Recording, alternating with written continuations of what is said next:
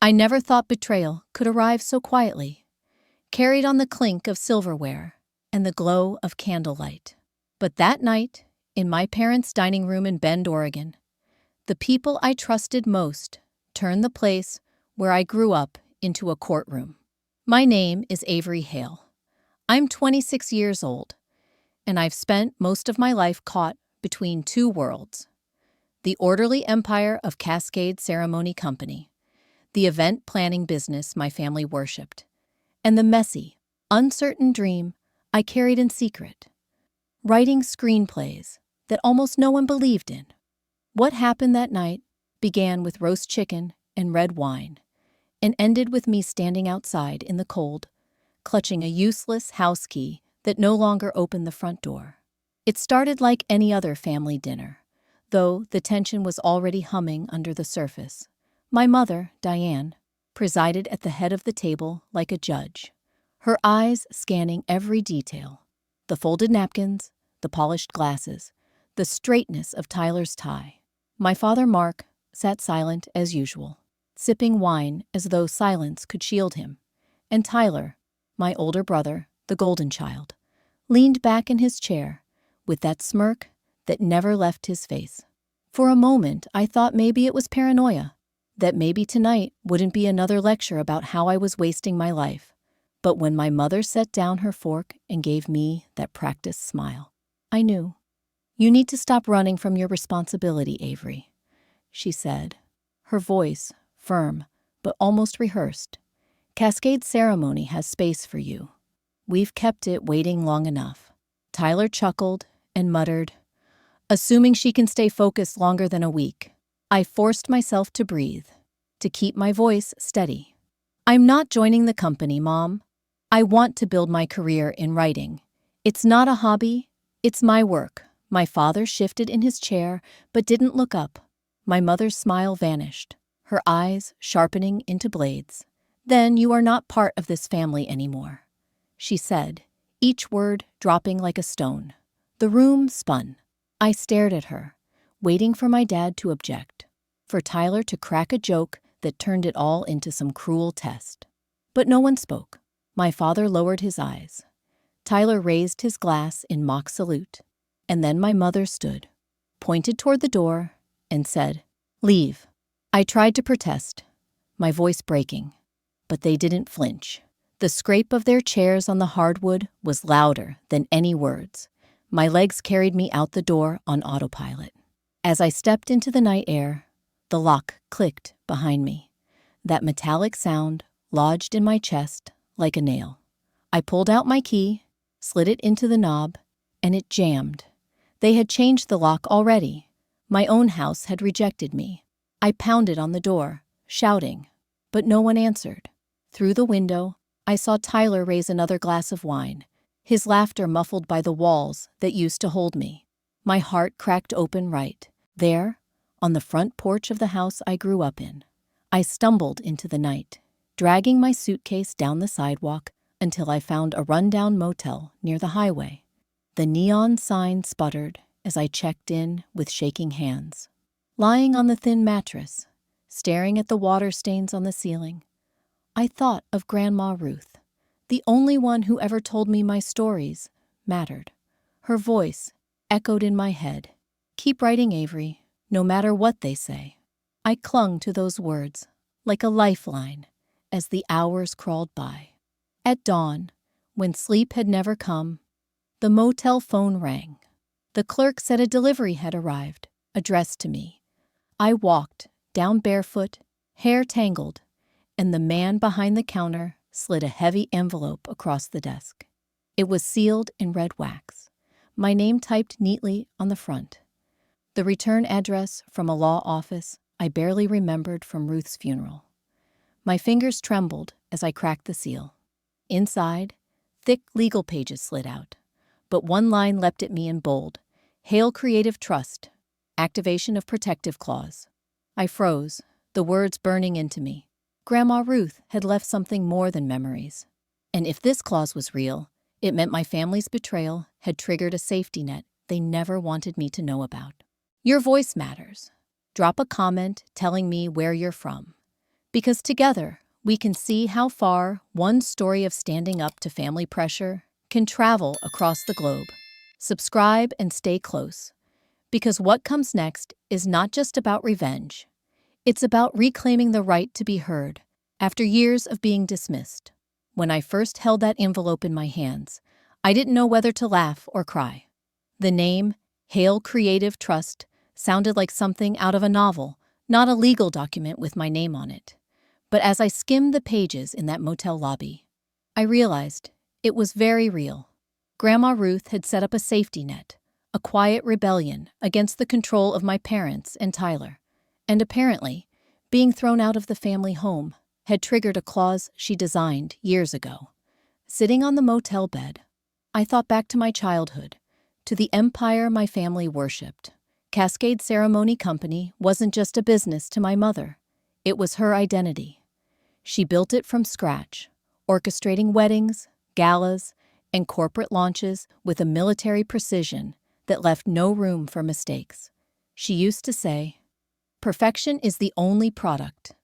My father, Mark, kept the books, always nodding silently while she made decisions. And Tyler, of course, was the crown jewel. By 15, he was charming clients. By 25, he was pitching himself as the future of Cascade. And me, I was the disappointment. While they polished silver and arranged flowers, I scribbled dialogue in the margins of client contracts. I loved movies, loved writing scripts that gave voice to people who felt unheard. But in my house, art was a nuisance, not a career. "Get a real job," my mother snapped whenever she caught me with a notebook.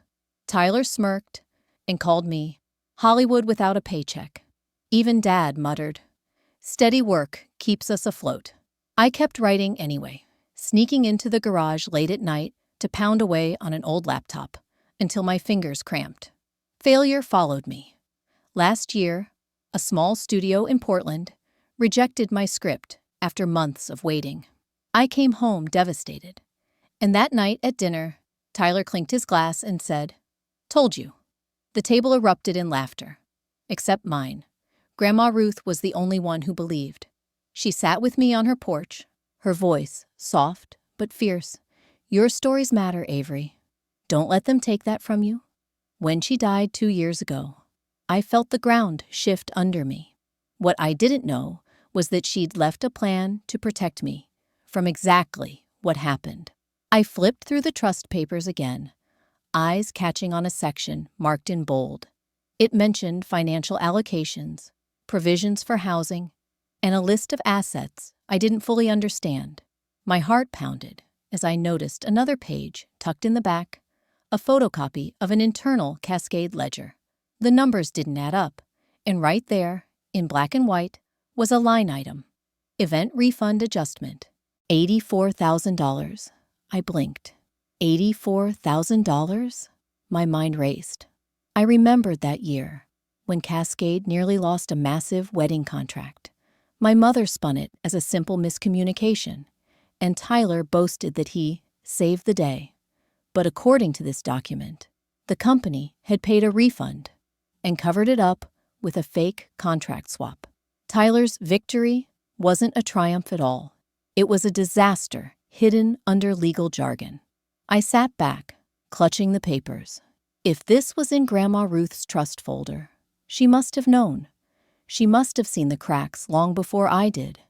And if Tyler's failures had been covered up once, how many more were buried beneath polished photos and glossy brochures?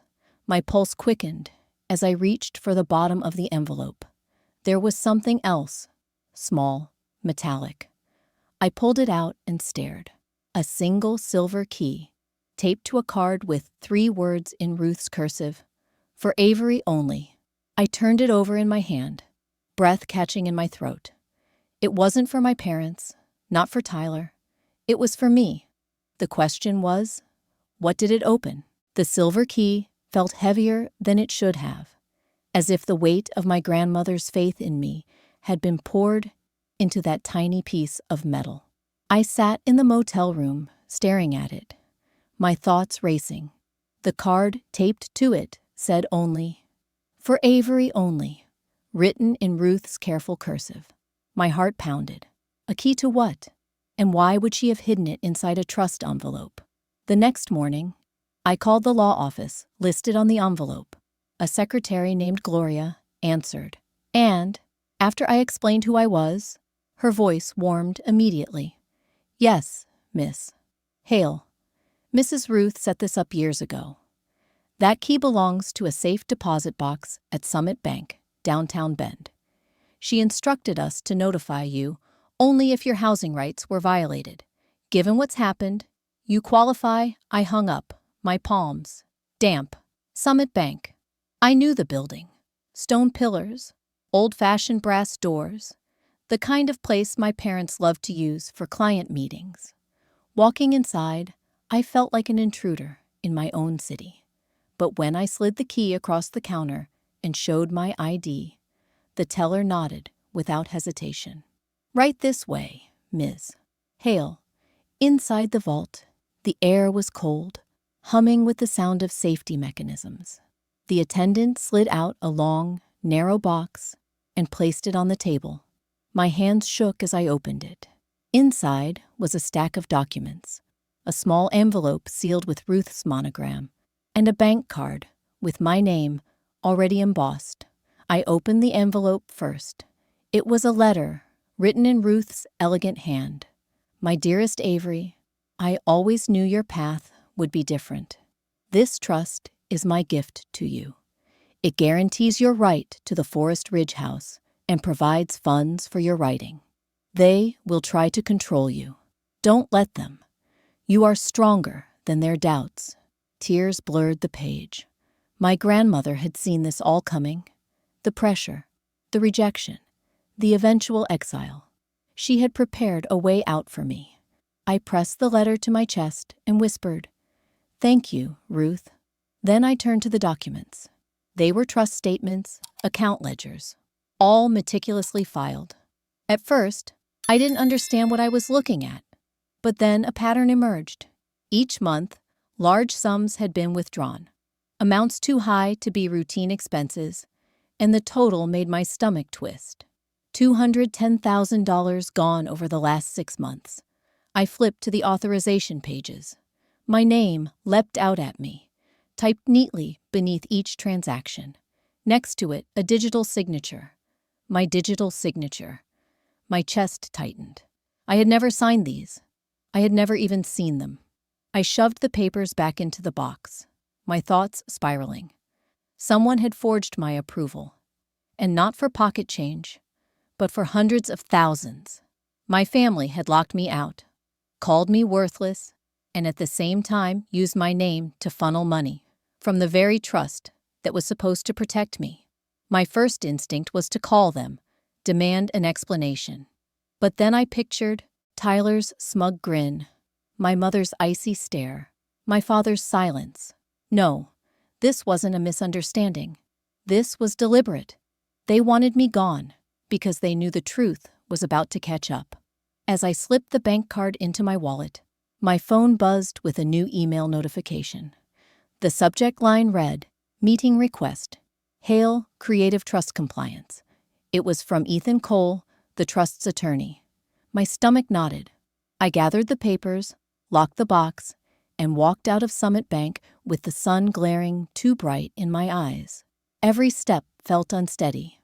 The letter from Ruth gave me strength, but the evidence in those ledgers burned like fire in my hands.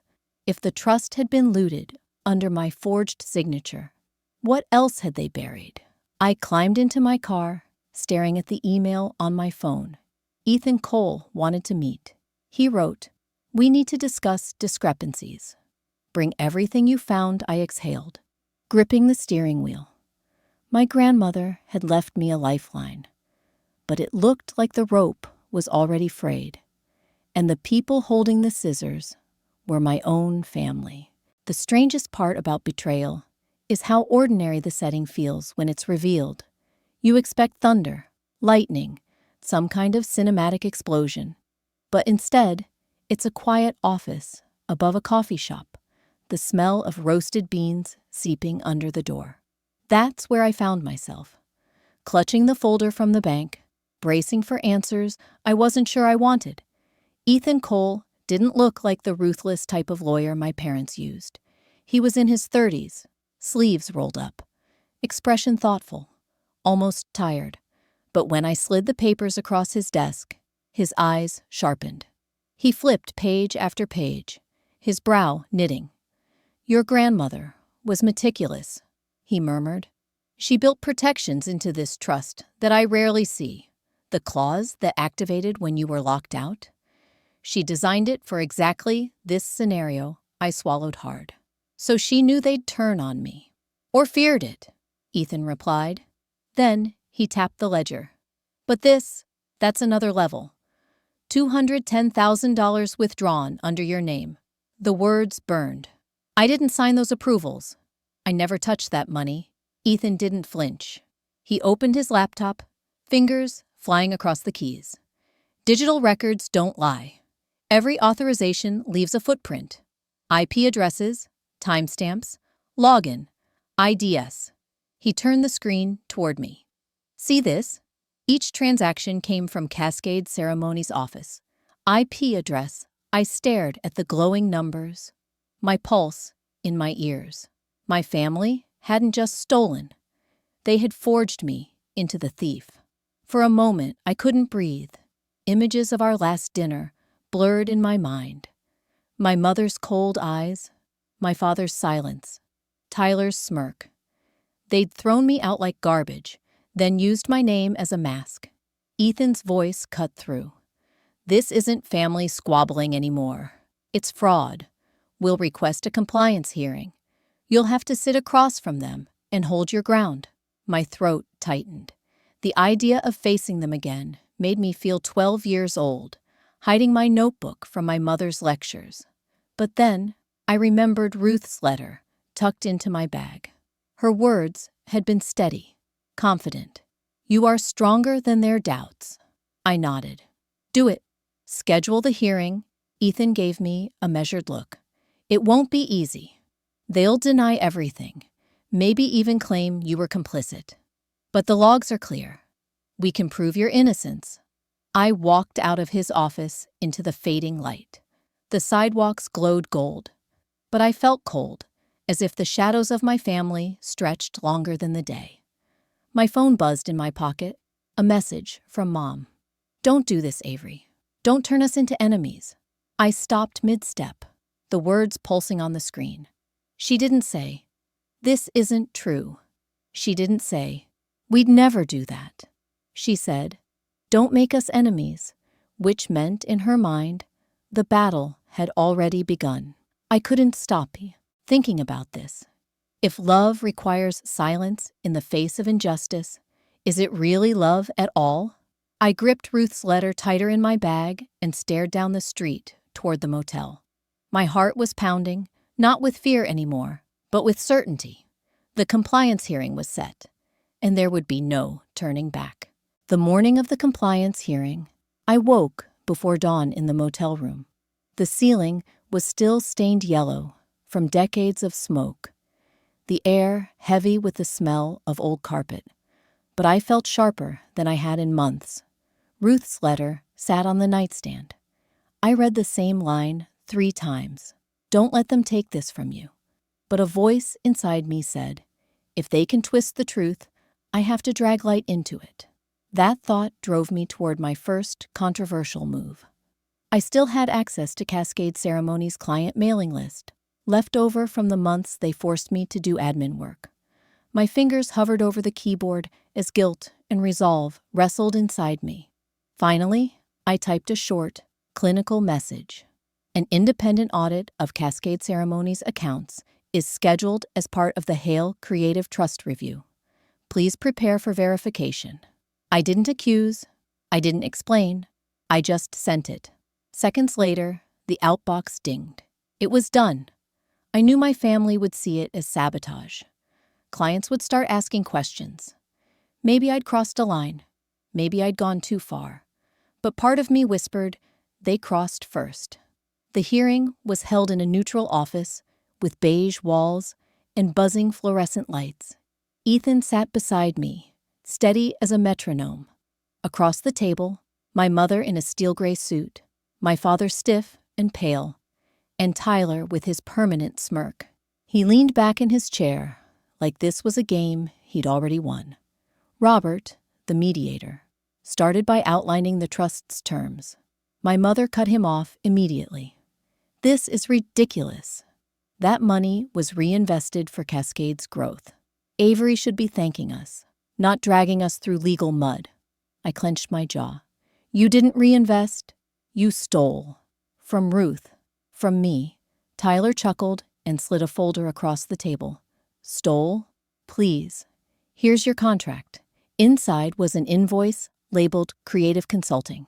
Avery Hale, for $210,000. My name was scrawled at the bottom in a forgery that made bile rise in my throat. Ethan calmly countered, laying down bank logs and travel records. These approvals came from Cascade's IP address. On the day Avery allegedly signed this, she was in Portland pitching a script. Flight confirmations prove it. The mediator adjusted his glasses. My mother's face went crimson, but she didn't back down. Cascade is our legacy. If Avery refuses to contribute, she forfeits her share. That was when I made my second controversial move. From my bag, I dropped a new set of keys on the table. The metallic clatter made everyone look up. These, I said, my voice steady, are to Forest Ridge House. The trust activated. I changed the locks last night. I live there now. Legally, the silence was suffocating. My father finally raised his head, voice barely above a whisper. You changed the locks without telling us? Yes, I answered, because you left me no choice. Even Ethan glanced sideways at me, surprised at my boldness. But for the first time, I didn't feel small. Robert cleared his throat. Given these documents, a full audit is unavoidable. Tyler slammed his palm on the table. You'll ruin everything, Avery. For what? To play screenwriter while we carry the weight? His voice cracked. The smirk faltered. And then Robert slid one more page across the table. There is another discrepancy, he said evenly.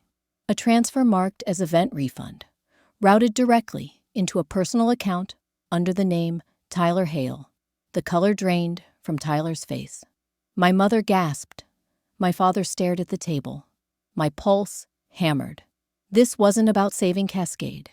It was about siphoning money for himself. And the worst part was, the mediator wasn't finished yet. The mediator's words seemed to hang in the air like smoke. Tyler's name printed on a personal account, linked to funds marked as event refunds. My brother shifted in his chair, his smirk collapsing into something closer to panic. That's a mistake, he stammered. It was just a temporary transfer, bookkeeping confusion. Ethan leaned forward, calm but cutting. Temporary transfers don't stay hidden for 6 months, and they don't require forged signatures. He tapped the fake consulting invoice Tyler had slid across the table earlier. This was a cover-up, not confusion. My mother's voice rose, sharp enough to cut glass. We built Cascade from nothing. Everything we did was for the company, for the family. She jabbed a finger toward me. And you, after all we sacrificed, you dare to accuse us? I looked at her, my chest burning. You didn't sacrifice for me. You stole from me, from Ruth. She trusted you, and you betrayed that trust. My father, who had been silent the entire time, finally cleared his throat. Enough, he muttered. His hands trembled as he reached for the ledger Ethan had marked. I signed off. The room went still. You what? I whispered. I authorized the final approvals, he said, not meeting my eyes. Diane said it was necessary, that Tyler would fix the cash flow. I believed her. His voice cracked. I thought I was protecting the family.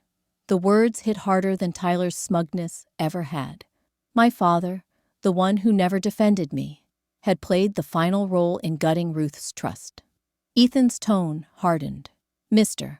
Hale, by law, You had fiduciary responsibility as co-trustee. Ignoring the restrictions wasn't protecting the family. It was breaching the trust. My father's shoulders slumped, as if the weight of years finally pinned him down. For a moment, I almost pitied him. But then I remembered the motel walls, the lock clicking behind me, the forged contracts with my name on them. Pity turned into resolve. The mediator gathered the papers into a neat stack. Given the evidence, the trust's automatic enforcement clause is triggered. Effective immediately, the Hale family is suspended from managing the trust. Control shifts to the beneficiary, Avery Hale, with legal counsel overseeing distribution. My mother surged to her feet. "You can't do this. That house is ours. The funds belong to Cascade." I rose too, my hand shaking, but my voice steady. "No, they were never yours. They were Ruth's gift, and you tried to erase it." The mediator didn't flinch. "Further restitution will be required. The $210,000 must be returned, subject to audit. If not, the matter may escalate to criminal court." Tyler's face went pale. My father pressed his palms against the table, as though the wood itself might hold him up. My mother shook her head in disbelief, muttering, No, this isn't happening." But it was. Ethan placed a reassuring hand on my shoulder, his voice low. "This is what Ruth wanted, for you to be free, and for them to face the truth." I exhaled, my entire body trembling. I should have felt triumphant. Instead, I felt raw, hollow, scorched by the fire I had just walked through. As we gathered our things, my phone buzzed again. A new message, this time from an unknown number. I opened it. "This isn't over. If you don't back down, secrets about Ruth will come out. Midnight. Answer the call." My blood ran cold. The fight had only just begun. I moved back into Forest Ridge House the next morning. The door opened smoothly under the new lock I had installed, and for the first time in years, it felt like the house welcomed me instead of spitting me out. Sunlight streamed across the wooden floors Ruth once polished, and her typewriter still sat in the corner of the study. I pressed a key, listening to the metallic click, and whispered, "I'm home." The trust had transferred full control to me. Ethan confirmed it in a crisp legal email. Right of residence secured.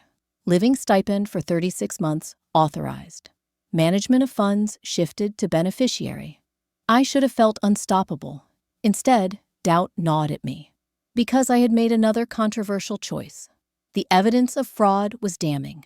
My forged signature, the siphon, $210,000, the transfer to Tyler's personal account.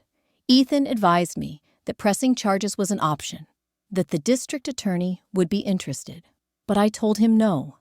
"I want them held accountable," I said, "but I don't want my mother or father in court or in jail. An audit and restitution are enough." He raised an eyebrow. "That's generous, considering." "Or foolish," I admitted, and I knew people would call it exactly that. But my decision wasn't about them. It was about me. I didn't want the rest of my life chained to courtrooms and bitterness. For a few days, I tried to settle into the quiet. I wrote at Ruth's desk late into the night, fueled by the stipend that kept bills off my back. But silence has a way of carrying news, and soon it reached me. One of Cascade Ceremony's biggest clients had canceled their contract. A corporate gala worth 6 figures was gone overnight. I wasn't surprised. The audit had begun, and whispers had leaked. In a town like Bend, word traveled fast. Brides-to-be, corporate planners, even charity boards didn't want their names tied to a scandal. The golden empire Diane built was crumbling under the weight of her own secrecy.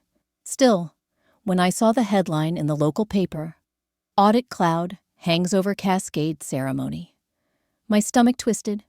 This was the company that raised me, even if it never loved me. Watching it unravel felt like watching a storm swallow the horizon. That night, I brewed coffee and tried to focus on a new script, but the house felt too quiet. The kind of quiet that makes you listen for footsteps that aren't there. At midnight, my phone lit up, with a call from a number I didn't recognize. Against my better judgment, I answered. Tyler's voice came through, ragged but venomous. You think you've won? You haven't. If you don't withdraw the audit, I'll go public with secrets Ruth never wanted you to know. My throat tightened. You forged my name. You stole from the trust. You have nothing left to threaten me with. He laughed, hollow and brittle. You don't know half of what she hid. Midnight was just the start. Back down, Avery, or I'll make sure everyone sees Ruth differently than you remember. The line went dead before I could respond. I sat frozen, in the dark, the typewriter keys glinting faintly in the moonlight. For the first time since Ruth's letter arrived, fear edged out resolve. What secret could Tyler possibly hold? And was I ready to face it? The days after Tyler's midnight threat stretched long and uneasy. Every creak of the Forest Ridge house felt amplified. Every shadow seemed to whisper that Ruth had taken secrets to her grave. I pored over her letters, her ledgers, her typewritten notes, desperate for something Tyler could twist into a weapon. Nothing surfaced. What I did find, buried in an old envelope tucked behind a drawer, was a single line she'd underlined twice. Truth survives fear. Ethan assured me Tyler's threat was empty. If he had real evidence, he'd have used it in the hearing, he said. This is just intimidation. Still, I couldn't shake the echo of Tyler's voice, promising to destroy the woman who had been my only safe harbor. When the audit report came in, it confirmed everything. $210,000 misappropriated, signed under my forged approval, traced back to Cascade's office, IP. The ruling required restitution and barred my parents from touching the trust again. Cascade's reputation cracked like glass. Within weeks, more clients pulled out. The company that had defined my family's pride for decades was collapsing under the weight of its own lies. I wish I could say that watching their empire fall brought me satisfaction. Instead, I felt an ache. This was my mother's life's work. My father's silence embodied in contracts and spreadsheets, Tyler's arrogance printed on glossy brochures. And now it was dust. But life has a way of opening doors when others slam shut. I was accepted into the Pacific Story Lab in Portland, a program for emerging screenwriters. For the first time, I entered rooms where people leaned forward when I spoke, instead of rolling their eyes. I met Nora Beck, a young director with a sharp vision, and together we shaped my script into a short film. On set, watching actors bring my words to life, I felt like Ruth was sitting just behind the cameras, nodding. The film premiered at the Columbia Gorge Festival. It wasn't glamorous. No red carpets, no flashing lights.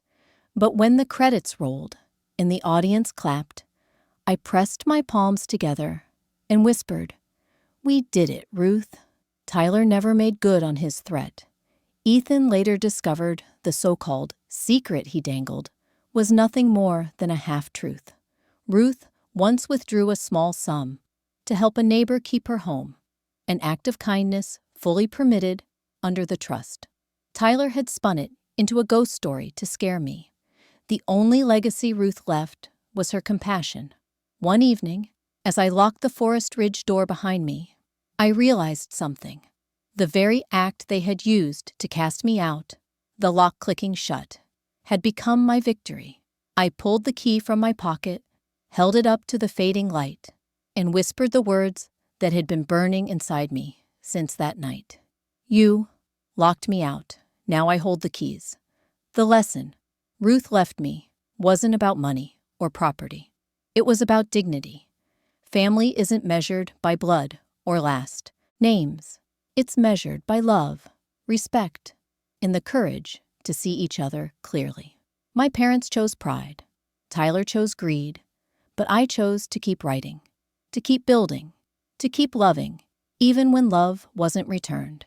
Sometimes forgiveness means never speaking again, but refusing to let bitterness define you. I will not waste my life sharpening knives for battles already fought. I will tell stories, build a new family among those who lift me up, and honor Ruth by living fully. Because the greatest revenge is not their downfall, it's my freedom. And freedom, I've learned, comes only when you let go of the weight of hate and step forward into light. So I ask you, not for me, but for yourself. When love turns into chains, do you have the courage to choose freedom?